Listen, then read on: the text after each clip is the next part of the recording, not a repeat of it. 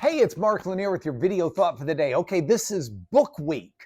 I'm just looking at some different books that have been given to me or that I've read or some things like that. And I've got a book that was given to me by my friend Skip, and it is Webster's Dictionary.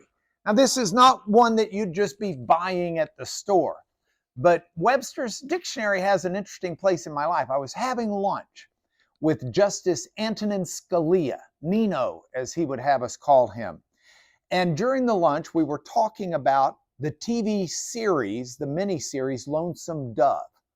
And Justice Scalia asked those of us around the table whether we liked the TV show or the book better. Now, we went around the table, and I was the last one to be asked because I was seated to his left. And he said to me, "All right, Mark, what did you like better, Lonesome Dove, the show, or Lonesome Dove, the book?" I said, "Oh, Justice Scalia, I liked I'm going to go with the book." And he said, "Why?" I said, "Well, I loved the movie.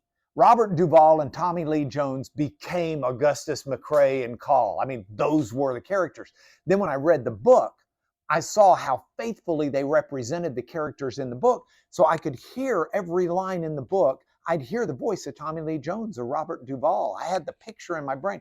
I liked it so much that I read the prequel, and right then, Justice Scalia interrupts me. He says, wait, what do you mean? What do you mean you read the prequel?" And I said, "Well, I've read the prequel." He says, "What does that word even mean? That's not a word." I said, "Yes, that's a word. It means in a series, the one that comes before." "No, my dad was a Latin teacher. My dad would tell you pre means before, and quil comes from the Latin word sequitur, which means after. You can't have something before that's after. It just doesn't work." I think he called it a bastardization of the English language, quote unquote. And I said to him, "Well, it's in the dictionary." And his reply was, "Well, maybe it's in Webster's Third, but that doesn't count as a dictionary. It's sure not in the original." Well, Justice Scalia, I happen to have the original Webster's Dictionary thanks to my friend Skip. And I can look up prequel, and I can turn to the page where prequel, yeah,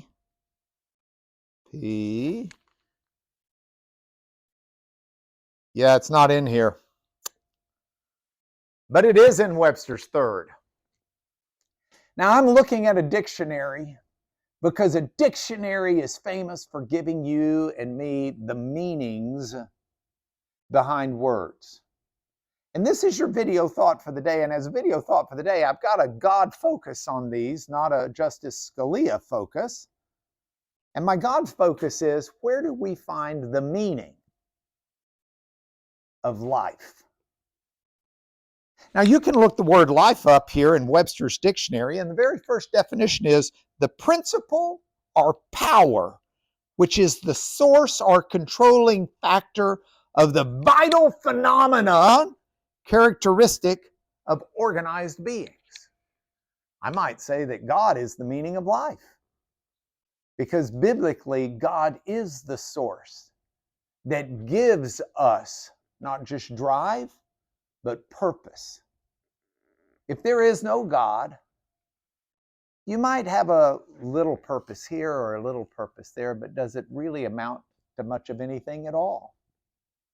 But when there is a God, and that God is Lord of your life, then suddenly you live a life of meaning and purpose that's far beyond what you could find in Webster's first, second, third, or for that matter, fourth dictionary. More books tomorrow, but that's your video thought for today.